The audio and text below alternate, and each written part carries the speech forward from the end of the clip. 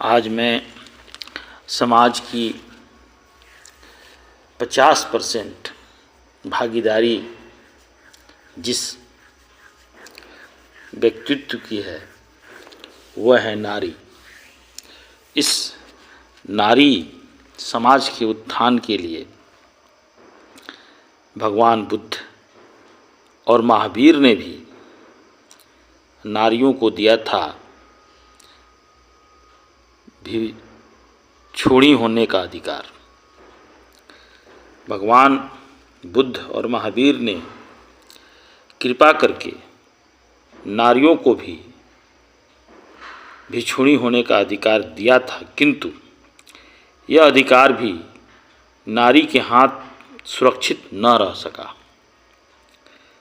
जैनों के बीच जब दिगंबर संप्रदाय निकला तब धर्माचार्य नारियों की विभूषी होने वाली बात से घबरा उठे और धर्म पुस्तक में उन्होंने एक नए नियम का विधान किया कि नारियों का विभूषी होना व्यर्थ है, क्योंकि मोक्ष नारी जीवन में नहीं मिल सकता।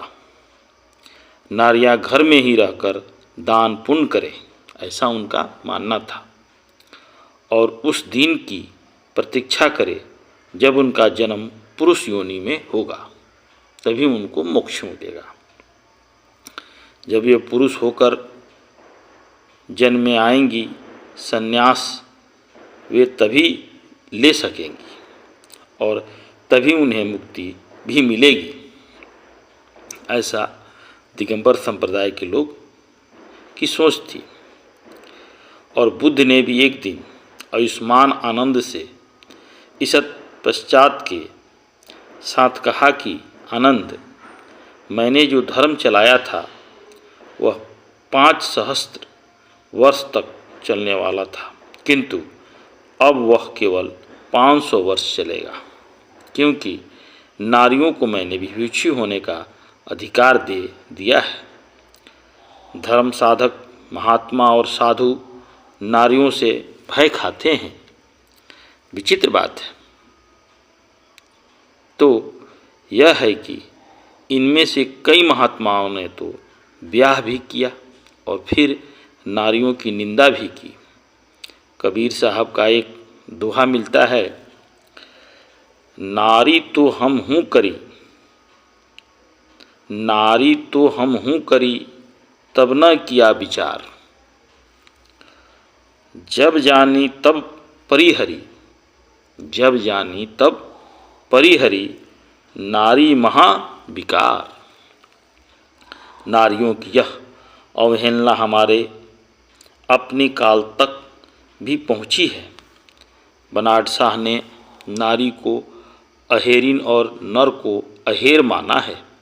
तत्पश्चात यह है कि अहेर को अहेरिन के पास से बच कर रहना चाहिए। बहुत नीचे के स्तर पर कुछ ऐसी ही प्रतिक्रिया उन कवियों की भी है जो नारी को नागिन या जादूगरनी समझते हैं, लेकिन ये सब झूठी बातें हैं जिनकी याद पुरुष इसलिए करता है कि उसमें उसे अपनी दुर्बलता अथवा कल्पित शिष्टता के दुलराहे में सहायता मिलती है। असल में विकार नारी में भी है और नर में भी, तथा नाग और जादूगर के गुण भी नारी में कम पुरुष में अधिक होते हैं।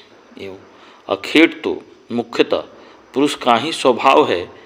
इन सबसे भिन्न रविंद्रनाथ प्रसाद और प्रेमचंद जैसे कवियों और रोमांटिक चिंतकों में नारी का जो रूप प्रकट हुआ वह भी उसका अर्धनारेश्वरी रूप नहीं है।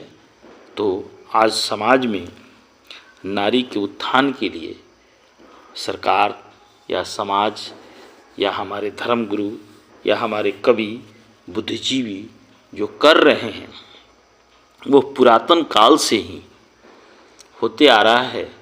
तब भी आज इतने युग इतने समय बीतने के बाद भी हमारी मानसिकता, हमारी सोच अभी भी उन माताओं, बहनों, पत्नियों के प्रति नहीं बदली है और उनका उत्थान जिस तरह से होना चाहिए वैसा नहीं हो पाया है और हम अपनी सोच से विकसित अभी नहीं हो पाए हैं।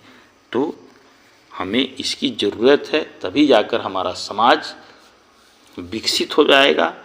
और जिसकी भागीदारी हम समझते हैं कि 50% भागीदारी है, उस 50% भागीदारी को ईमानदारी से साथ उन्हें समर्पित करना होगा, तभी हम 100% अपने समाज को विकसित कर पाएंगे और नारी का उत्थान हो पाएगा। जय हिंद, जय भारत।